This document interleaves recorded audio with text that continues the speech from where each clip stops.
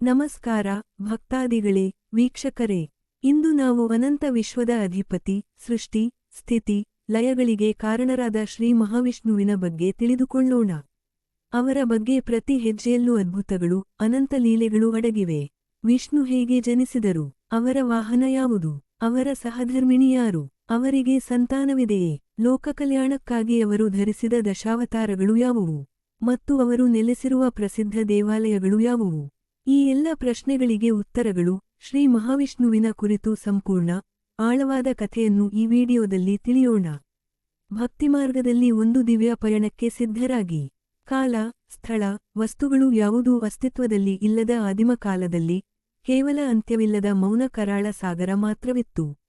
ಈ ನಿತ್ಯ ಜಲಗಳ ಮೇಲೆ, ಶ್ರೀ ಮಹಾವಿಷ್ಣುವು ಅನಂತ ಸರ್ಪವಾದ ಆದಿಶೇಷನ ಮೇಲೆ ಆಳವಾದ ಯೋಗ ನಿದ್ರೆಯಲ್ಲಿ ವಿಶ್ರಮಿಸುತ್ತಿದ್ದರು. ಅವರ ನಾಭಿಯಿಂದ ಒಂದು ಕಮಲ ಅರಳಿತು, ಮತ್ತು ಆ ಕಮಲದಿಂದ ಸೃಷ್ಟಿಕರ್ತ ಬ್ರಹ್ಮದೇವರು ಜನಿಸಿದರು. ವಿಷ್ಣು ಪುರಾಣದ ಪ್ರಕಾರ, ವಿಷ್ಣು ಎಂದಿಗೂ ಜನಿಸಲಿಲ್ಲ. ಅವರು ಪರಮಾತ್ಮ, ಸೃಷ್ಟಿ, ಅಸ್ತಿತ್ವ ಮತ್ತು ಕಾಲಕ್ಕೆ ಮೂಲ. ದೇವತೆಗಳು, ಮಾನವರು, ಪ್ರಕೃತಿ ಎಲ್ಲವೂ ಅವರಿಂದಲೇ ಹುಟ್ಟಿ, ಮತ್ತೆ ಅವರಲ್ಲಿಯೇ ಲೀನವಾಗುತ್ತವೆ.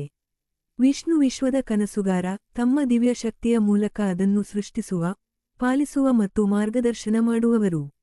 ಕತ್ತಲೆ ಕೊನೆಗೊಂಡು ಸೃಷ್ಟಿ ಪ್ರಾರಂಭವಾದಾಗ, ವಿಷ್ಣು ಜಾಗೃತಗೊಳ್ಳುತ್ತಾರೆ, ಮತ್ತು ಬ್ರಹ್ಮಾಂಡದ ಚಕ್ರ ಮತ್ತೆ ಪ್ರಾರಂಭವಾಗುತ್ತದೆ. ಅವರು ಕೇವಲ ದೇವತೆಗಳಲ್ಲಿ ಒಬ್ಬ ದೇವತೆಯಲ್ಲ.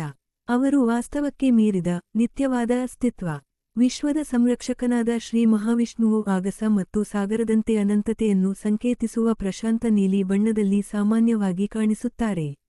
ಅವರಿಗೆ 4 ಕೈಗಳಿದ್ದು, ಪ್ರತಿಯೊಂದು ಕೈಯಲ್ಲೂ ಒಂದು ಶಕ್ತಿಶಾಲಿ ಚಿಹ್ನೆಯಿರುತ್ತದೆ. ಒಂದು ಕೈಯಲ್ಲಿ, ವಿಶ್ವಶಕ್ತಿಯ ನೂಲುವ ಚಕ್ರವಾದ ಸುದರ್ಶನ ಚಕ್ರವಿರುತ್ತದೆ. ಇನ್ನೊಂದು ಕೈಯಲ್ಲಿ, ಸೃಷ್ಟಿಯ ಶಬ್ದವನ್ನು ಉತ್ಪಾದಿಸುವ ದಿವ್ಯವಾದ ಶಂಖವಿರುತ್ತದೆ.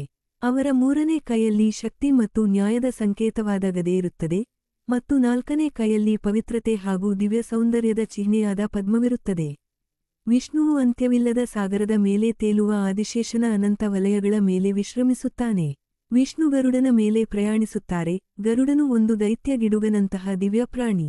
ಅವರು ವಿಷ್ಣುವಿಗೆ ವಾಹನ ಮಾತ್ರವಲ್ಲ, ಅತ್ಯಂತ ಭಕ್ತನೂ ಹೌದು. ಗರುಡನ ವೇಗದ ಬಗ್ಗೆ ಹೇಳುವುದಾದರೆ, ಅವರು 3 ಲೋಕಗಳನ್ನು ಕ್ಷಣಾರ್ಧದಲ್ಲಿ ಸುತ್ತಿ ಬರಬಲ್ಲರು ಎಂದು ಪುರಾಣಗಳು ಹೇಳುತ್ತವೆ.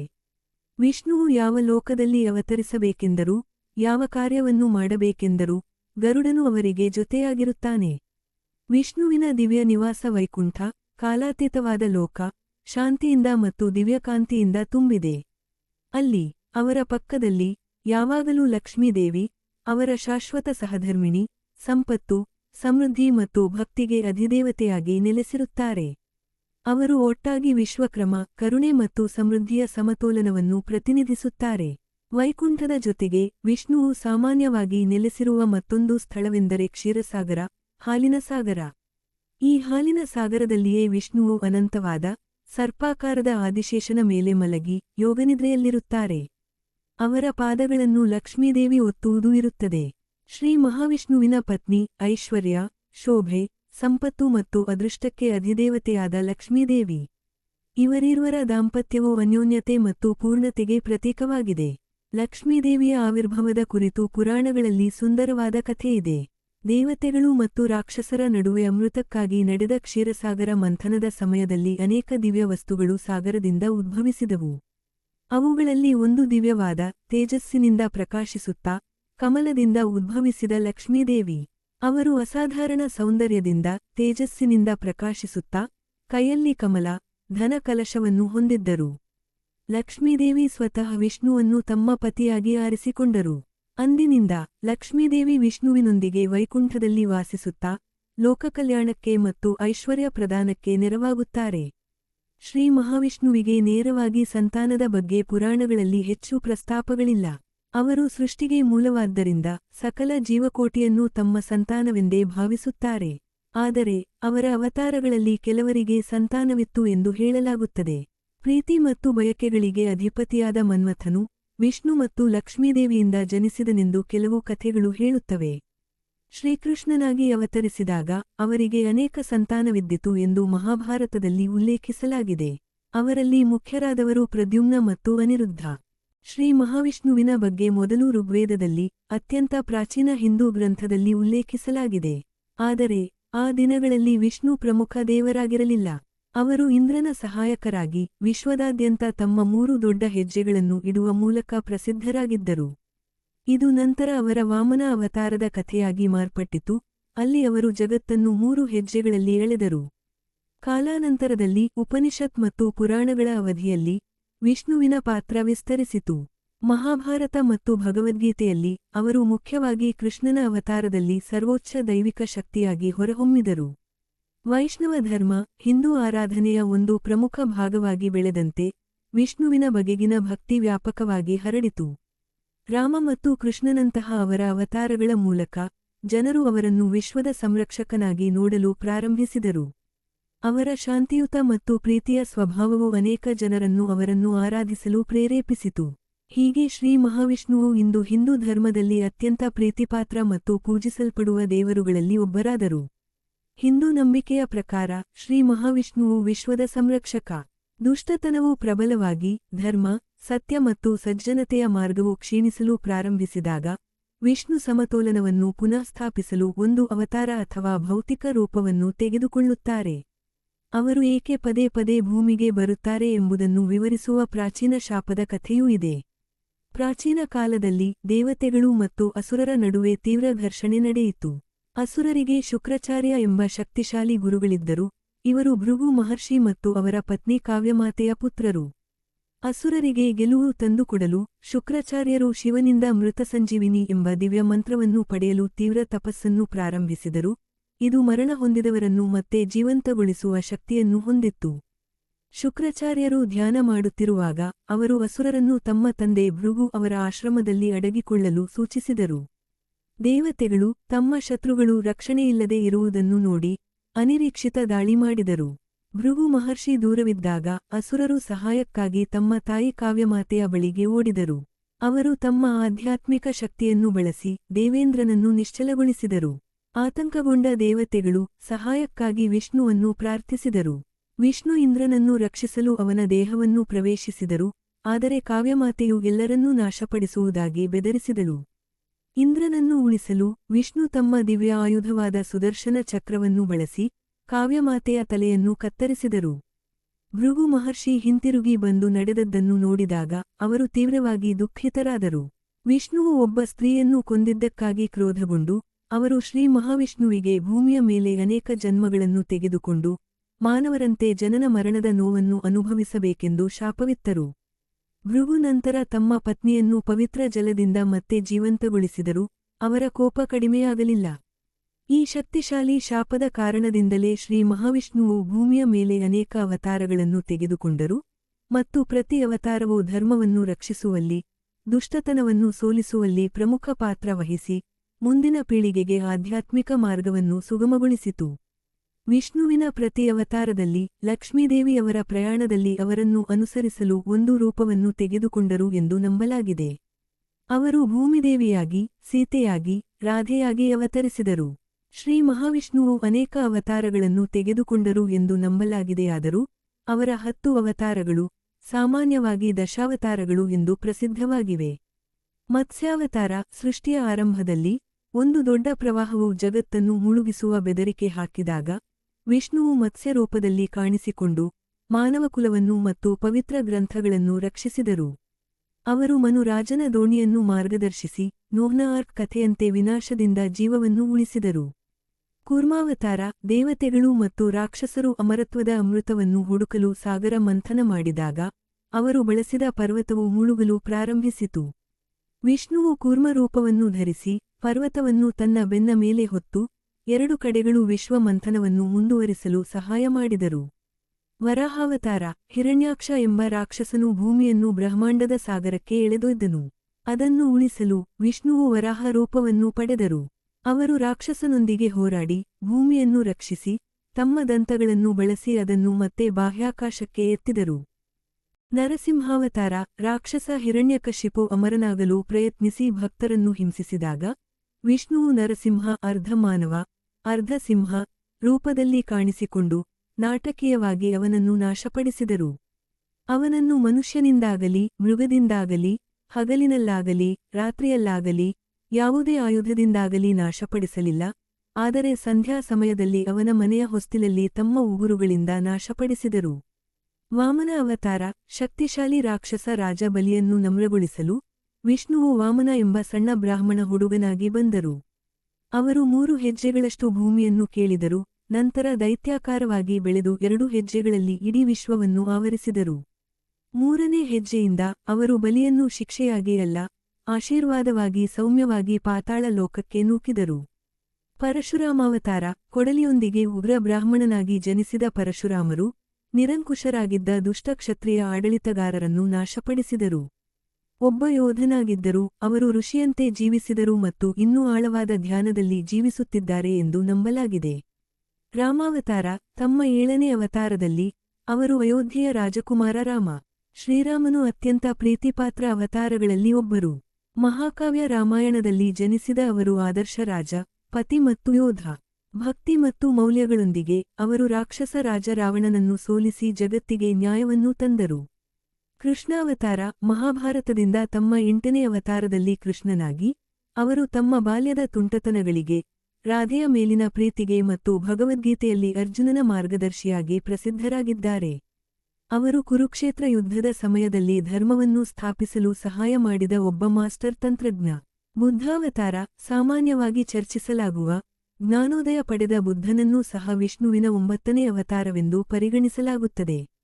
ಅನೇಕ ಹಿಂದೂ ಸಂಪ್ರದಾಯಗಳು ಗೌತಮ ಬುದ್ಧನನ್ನು ವಿಷ್ಣುವಿನ ಅವತಾರವೆಂದು ಸ್ವೀಕರಿಸುತ್ತವೆ. ಆಚರಣೆಗಳು ಧರ್ಮದ ಸ್ಫೂರ್ತಿಗಿಂತ ಹೆಚ್ಚು ಮುಖ್ಯವಾಗಿದ್ದ ಸಮಯದಲ್ಲಿ ಅವರು ಕರುಣೆ, ಅಹಿಂಸೆ ಮತ್ತು ಆಂತರಿಕ ಶಾಂತಿಯನ್ನು ಬೋಧಿಸಲು ಬಂದರು. ಆದಾಗ್ಯೂ ಈ ಅವತಾರವು ಕೃಷ್ಣನ ಅಣ್ಣನಾದ ಬಲರಾಮನೊಂದಿಗೆ ಕೆಲವೊಮ್ಮೆ ಸಂಘರ್ಷಗೊಳ್ಳುತ್ತದೆ. ಕಲ್ಕಿ ಅವತಾರ. ತಮ್ಮ ಕೊನೆಯ 10ನೇ ಅವತಾರದಲ್ಲಿ ಭವಿಷ್ಯದ ಯೋಧನಾದ ಕಲ್ಕಿಯಾಗಿ ಅವರು ಪ್ರಸ್ತುತ ಕಲಿಯುಗದ ಕೊನೆಯಲ್ಲಿ ಕಾಣಿಸಿಕೊಳ್ಳುತ್ತಾರೆ. ವಿಷ್ಣುವು ಕಲ್ಕಿಯಾಗಿ ದುಷ್ಟತನವನ್ನು ನಾಶಮಾಡಲು, ಸದಾಚಾರವನ್ನು ಪುನಃಸ್ಥಾಪಿಸಲು ಮತ್ತು ಕಾಲಚಕ್ರವನ್ನು ಮರುಪ್ರಾರಂಭಿಸಲು ಕುದುರೆಯ ಮೇಲೆ ಸವಾರಿ ಮಾಡುವ ಯೋಧನಾಗಿ ಕಾಣಿಸಿಕೊಳ್ಳುತ್ತಾರೆ. 10. ದಶಾವತಾರಗಳಿಗೆ ಮೀರಿದ ಇತರ ಅವತಾರಗಳು. ಪ್ರಸಿದ್ಧ ದಶಾವತಾರಗಳಿಗೆ ಹೊರತಾಗಿ ಶ್ರೀ ಮಹಾವಿಷ್ಣುವು ಕಾಲಾಂತರದಲ್ಲಿ ಅನೇಕ ಇತರ ದಿವ್ಯ ರೂಪಗಳನ್ನು ತೆಗೆದುಕೊಂಡಿದ್ದಾರೆ ಎಂದು ಹೇಳಲಾಗುತ್ತದೆ. ಪ್ರತಿ ರೂಪವು ವಿಶ್ವದಲ್ಲಿ ಸಮತೋಲನ ಮತ್ತು ಧರ್ಮವನ್ನು ಪುನಃಸ್ಥಾಪಿಸುವ ವಿಶಿಷ್ಟ ಉದ್ದೇಶವನ್ನು ಹೊಂದಿದೆ. ಅಂತಹ ಒಂದು ಅವತಾರ ಹಯಗ್ರೀವ, ವಿಷ್ಣುವಿನ ಕುದುರೆ ತಲೆಯ ರೂಪ. ಮಧು ಮತ್ತು ಕೈಟಭ ಎಂಬ ರಾಕ್ಷಸರಿಂದ ಕದಿಯಲ್ಪಟ್ಟ ವೇದಗಳನ್ನು ಮರಳಿ ಪಡೆಯಲು ಈ ಅವತಾರವನ್ನು ಧರಿಸಿದರು ಮತ್ತು ಬುದ್ಧಿವಂತಿಕೆ ಹಾಗೂ ಕಲಿಕೆಯ ಮೂರ್ತರೂಪವಾಗಿ ಪೂಜಿಸಲ್ಪಡುತ್ತಾರೆ. ಮತ್ತೊಂದು ಅಸಾಧಾರಣ ಅವತಾರ ಮೋಹಿನಿ, ವಿಷ್ಣುವಿನ ಏಕೈಕ ಸ್ತ್ರೀ ರೂಪ. ಅಮೃತ ವಿತರಣೆಯ ಸಮಯದಲ್ಲಿ ರಾಕ್ಷಸರನ್ನು ಮೋಹಗೊಳಿಸಲು ಮತ್ತು ಅಮರತ್ವದ ಅಮೃತವನ್ನು ದೇವತೆಗಳಿಗೆ ಮಾತ್ರ ಚತುರವಾಗಿ ವಿತರಿಸಲು ಸಾಗರ ಮಂಥನದ ಸಮಯದಲ್ಲಿ ಕಾಣಿಸಿಕೊಂಡರು, ಬ್ರಹ್ಮಾಂಡದ ಸಮತೋಲನವನ್ನು ಖಾತ್ರಿಪಡಿಸಿದರು. ವಿಷ್ಣುವು ಹಂಸ ರೂಪದಲ್ಲಿಯೂ ಕಾಣಿಸಿಕೊಂಡು ಸನಕ ಮತ್ತು ಸನಾತನರಂತಹ ಋಷಿಗಳಿಗೆ ಆಧ್ಯಾತ್ಮಿಕ ಜ್ಞಾನ ಮತ್ತು ಸತ್ಯ ಮತ್ತು ಭ್ರಮೆಗಳ ನಡುವೆ ವಿವೇಚಿಸುವ ಸಾರವನ್ನು ನೀಡಿದರು. ನಾರದರಾಗಿ ಅವರು ನಿರಂತರವಾಗಿ ಅಲೆದಾಡುವ ಆಕಾಶದ ಋಷಿಯಾಗಿ ಅವತರಿಸಿದರು, ಅವರು ಭಕ್ತಿಯನ್ನು ಹರಡಿದರು ಮತ್ತು ಅನೇಕ ಬ್ರಹ್ಮಾಂಡದ ಘಟನೆಗಳಲ್ಲಿ ಪ್ರಮುಖ ಪಾತ್ರಗಳನ್ನು ವಹಿಸಿದರು. ದತ್ತಾತ್ರೇಯ ರೂಪದಲ್ಲಿ ಅವರು ತ್ರಿಮೂರ್ತಿಗಳ ಬ್ರಹ್ಮ, ವಿಷ್ಣು ಮತ್ತು ಶಿವ ಅಂಶಗಳನ್ನು ಒಟ್ಟಾಗಿ ಪ್ರಕಟಪಡಿಸಿದರು, ತ್ಯಾಗ ಮತ್ತು ಜ್ಞಾನದ ಮಾರ್ಗವನ್ನು ಅನ್ವೇಷಕರಿಗೆ ಬೋಧಿಸಿದರು. ಅವರು ಋಷಭರಾಗಿ ಕೂಡ ಅವತರಿಸಿದರು, ಒಬ್ಬ ಮಹಾನ್ ಋಷಿ ಮತ್ತು ಆಧ್ಯಾತ್ಮಿಕ ಗುರು, ನೈತಿಕ ಮತ್ತು ಯೋಗ ಶಿಸ್ತುಗಳ ಸಂಸ್ಥಾಪಕರಾಗಿ ಪರಿಗಣಿಸಲ್ಪಟ್ಟಿದ್ದಾರೆ.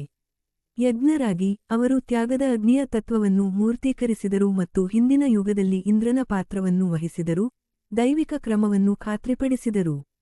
ಕಪಿಲ ರೂಪದಲ್ಲಿ ಅವರು ಸಾಂಖ್ಯ ತತ್ವಶಾಸ್ತ್ರವನ್ನು ಬೋಧಿಸಿದರು ಮತ್ತು ಆಧ್ಯಾತ್ಮಿಕ ವಿಮೋಚನೆಯ ಕಡೆಗೆ ಅನ್ವೇಷಕರಿಗೆ ಮಾರ್ಗದರ್ಶನ ನೀಡಿದರು. ಧರ್ಮ ಮತ್ತು ಅಹಿಂಸೆಗೆ ಜನಿಸಿದ ಅವಳಿ ಋಷಿಗಳಾದ ನರನಾರಾಯಣರು ಕೂಡ ವಿಷ್ಣುವಿನ ಅವತಾರಗಳಾಗಿದ್ದರು, ಅವರ ಕಠಿಣ ತಪಸ್ಸು ಮತ್ತು ಆಂತರಿಕ ಶುದ್ಧಿಗಾಗಿ ಹೆಸರುವಾಸಿಯಾಗಿದ್ದಾರೆ, ಅದು ಒಮ್ಮೆ ಇಂದ್ರನನ್ನೂ ಸಹ ಹೆದರಿಸಿತು. ಕೆಲವು ಪುರಾಣ ಕಥೆಗಳಲ್ಲಿ ವಿಷ್ಣುವು ಪೃಥುವಿನ ರೂಪದಲ್ಲಿಯೂ ಅವತರಿಸಿದ್ದಾನೆ ಎಂದು ಹೇಳಲಾಗುತ್ತದೆ. ಮಾನವಕುಲಕ್ಕೆ ಆಹಾರ ಮತ್ತು ಸಮೃದ್ಧಿಯನ್ನು ಒದಗಿಸಲು ಭೂಮಿಯನ್ನು ಹಾಲು ಹಿಂಡಿದ ಮೊದಲ ಪಟ್ಟಾಭಿಷಿಕ್ತ ರಾಜ. ವೇದಗಳ ಸಂಕಲನಕಾರ ಮತ್ತು ಮಹಾಭಾರತದ ಲೇಖಕರಾದ ವ್ಯಾಸರನ್ನೂ ಕೂಡ ವಿಷ್ಣುವಿನ ಶಕ್ತಿಶಾಲಿ ಅವತಾರವೆಂದು ಪರಿಗಣಿಸಲಾಗುತ್ತದೆ. ಕಲಿಯುಗದಲ್ಲಿ ಪವಿತ್ರ ಜ್ಞಾನವನ್ನು ಸಂರಕ್ಷಿಸುವಲ್ಲಿ ಮತ್ತು ಸಂಘಟಿಸುವಲ್ಲಿ ಅವರ ಪಾತ್ರ ನಿರ್ಣಾಯಕವಾಗಿತ್ತು. ಈ ಅವತಾರಗಳಲ್ಲಿ ಪ್ರತಿಯೊಂದು ಭಾಗಶಃ ಅಥವಾ ಸಂಪೂರ್ಣವಾಗಿ ವಿಷ್ಣುವಿನ ಅನಂತ ಕರುಣೆ ಮತ್ತು ಸದಾಚಾರವನ್ನು ರಕ್ಷಿಸುವ, ಜೀವಗಳನ್ನು ವಿಮೋಚನೆಯ ಕಡೆಗೆ ಮಾರ್ಗದರ್ಶನ ಮಾಡುವ ಮತ್ತು ಬ್ರಹ್ಮಾಂಡದ ಸೂಕ್ಷ್ಮ ಸಮತೋಲನವನ್ನು ಕಾಪಾಡುವ ಅವರ ನಿರಂತರ ಬದ್ಧತೆಯನ್ನು ಪ್ರದರ್ಶಿಸುತ್ತದೆ. ಶ್ರೀ ಮಹಾವಿಷ್ಣುವಿಗೆ ಸಮರ್ಪಿತವಾದ ಸಾವಿರಾರು ದೇವಾಲಯಗಳು ಭಾರತದಲ್ಲಿ ಮತ್ತು ವಿಶ್ವದಾದ್ಯಂತ ಇವೆ. ಅವುಗಳಲ್ಲಿ ಕೆಲವು ಅತ್ಯಂತ ಪ್ರಸಿದ್ಧವಾದವು, ಭಕ್ತರು ಹೆಚ್ಚಿನ ಸಂಖ್ಯೆಯಲ್ಲಿ ಭೇಟಿ ನೀಡುವ ದಿವ್ಯಕ್ಷೇತ್ರಗಳಾಗಿವೆ. ತಿರುಮಲ ತಿರುಪತಿ ವೆಂಕಟೇಶ್ವರ ದೇವಾಲಯ, ಆಂಧ್ರಪ್ರದೇಶ. ಇದು ಕಲಿಯುಗ ವೈಕುಂಠ ಎಂದು ಪ್ರಸಿದ್ಧವಾಗಿದೆ ಮತ್ತು ವಿಶ್ವದಲ್ಲೇ ಅತ್ಯಂತ ಶ್ರೀಮಂತ ಹಾಗೂ ಹೆಚ್ಚು ಭಕ್ತರು ಭೇಟಿ ನೀಡುವ ದೇವಾಲಯಗಳಲ್ಲಿ ಒಂದಾಗಿದೆ. ಇಲ್ಲಿ ಶ್ರೀನಿವಾಸ ವಿಷ್ಣು ಸ್ವಯಂ ರೂಪದಲ್ಲಿ ನೆಲೆಸಿದ್ದಾರೆ. ಶ್ರೀರಂಗಂ ರಂಗನಾಥಸ್ವಾಮಿ ದೇವಾಲಯ, ತಮಿಳುನಾಡು. ಕಾವೇರಿ ನದಿಯ ಮಧ್ಯದಲ್ಲಿರುವ ಒಂದು ದ್ವೀಪದಲ್ಲಿ ವಿಸ್ತರಿಸಿರುವ ಈ ದೇವಾಲಯವು ಶ್ರೀ ವೈಷ್ಣವರಿಗೆ ಅತ್ಯಂತ ಪವಿತ್ರ ಪುಣ್ಯಕ್ಷೇತ್ರವಾಗಿದೆ. ಇಲ್ಲಿ ವಿಷ್ಣುವು ರಂಗನಾಥಸ್ವಾಮಿ ರೂಪದಲ್ಲಿ ಶೇಷಶಯನದಲ್ಲಿರುತ್ತಾರೆ. ಪುರಿ ಜಗನ್ನಾಥ ದೇವಾಲಯ, ಒಡಿಶಾ. ಇದು ಚಾರ್ ಧಾಮ್ ಯಾತ್ರೆಯ ಒಂದು ಭಾಗವಾಗಿದೆ. ಇಲ್ಲಿ ಜಗನ್ನಾಥ, ವಿಷ್ಣು, ಬಲಭದ್ರ ಮತ್ತು ಸುಭದ್ರ ರೂಪದಲ್ಲಿ ದರ್ಶನ ನೀಡುತ್ತಾರೆ. ಪ್ರಸಿದ್ಧ ರಥಯಾತ್ರೆ ಇಲ್ಲಿನ ವಿಶೇಷತೆ. ಬದರಿನಾಥ ದೇವಾಲಯ, ಉತ್ತರಾಖಂಡ. ಹಿಮಾಲಯದಲ್ಲಿರುವ ಚಾರ್ ಧಾಮ್ ಯಾತ್ರೆಯ ಮತ್ತೊಂದು ಪ್ರಮುಖ ಭಾಗ. ನರನಾರಾಯಣ ರೂಪದಲ್ಲಿ ವಿಷ್ಣು ಇಲ್ಲಿ ಪೂಜಿಸಲ್ಪಡುತ್ತಾರೆ. ಗುರುವಾಯೂರ್ ಶ್ರೀ ಕೃಷ್ಣ ದೇವಾಲಯ, ಕೇರಳ. ದಕ್ಷಿಣ ದ್ವಾರಕಾ ಎಂದು ಪ್ರಸಿದ್ಧವಾಗಿರುವ ಈ ದೇವಾಲಯವು ಶ್ರೀಕೃಷ್ಣನಿಗೆ ಸಮರ್ಪಿತವಾಗಿದೆ. ಇಲ್ಲಿ ಬಾಲಕೃಷ್ಣನ ರೂಪದಲ್ಲಿ ವಿಷ್ಣು ನೆಲೆಸಿದ್ದಾರೆ. ದ್ವಾರಕಾಧೀಶ ದೇವಾಲಯ, ಗುಜರಾತ್. ಶ್ರೀಕೃಷ್ಣನು ತನ್ನ ರಾಜ್ಯವನ್ನಾಗಿ ಮಾಡಿಕೊಂಡ ಪವಿತ್ರ ನಗರಿ ದ್ವಾರಕಾದಲ್ಲಿರುವ ಈ ದೇವಾಲಯವು ಚಾರ್ ಧಾಮ್ನಲ್ಲಿ ಇನ್ನೊಂದು. ಹಂಪಿ ವಿಠಲ ದೇವಾಲಯ, ಕರ್ನಾಟಕ. ವಿಜಯನಗರ ಸಾಮ್ರಾಜ್ಯದ ಅದ್ಭುತ ವಾಸ್ತುಶಿಲ್ಪಕ್ಕೆ ಪ್ರತೀಕವಾಗಿದೆ. ಇಲ್ಲಿ ವಿಠಲ, ವಿಷ್ಣುವಿನ ಒಂದು ರೂಪ, ನೆಲೆಸಿದ್ದಾನೆ. ಸಿಂಹಾಚಲಂ ವರಾಹ ಲಕ್ಷ್ಮೀ ನರಸಿಂಹಸ್ವಾಮಿ ದೇವಸ್ಥಾನ, ಆಂಧ್ರಪ್ರದೇಶ. ಇಲ್ಲಿ ವರಾಹ ನರಸಿಂಹಸ್ವಾಮಿಯಾಗಿ ವಿಷ್ಣು ನೆಲೆಸಿದ್ದಾರೆ. ಚಂದನದಿಂದ ಲೇಪಿತರಾಗಿರುತ್ತಾರೆ. ಯಾದಗಿರಿಗುಟ್ಟ ಲಕ್ಷ್ಮೀನರಸಿಂಹಸ್ವಾಮಿ ದೇವಸ್ಥಾನ, ತೆಲಂಗಾಣ. ಇಲ್ಲಿ ಸ್ವಯಂ ರೂಪದಲ್ಲಿ ಲಕ್ಷ್ಮೀನರಸಿಂಹಸ್ವಾಮಿ ನೆಲೆಸಿದ್ದಾರೆ. ಮುಕ್ತಾಯ. ಶ್ರೀ ಮಹಾವಿಷ್ಣುವು ವಿಶ್ವಕ್ಕೆ ಕೇವಲ ಒಬ್ಬ ಸಂರಕ್ಷಕ ಮಾತ್ರವಲ್ಲ, ಗೊಂದಲ ಸೃಷ್ಟಿಯಾದಾಗಲೆಲ್ಲ ಸಮತೋಲನವನ್ನು ಪುನಃಸ್ಥಾಪಿಸುವ ದಿವ್ಯಶಕ್ತಿ.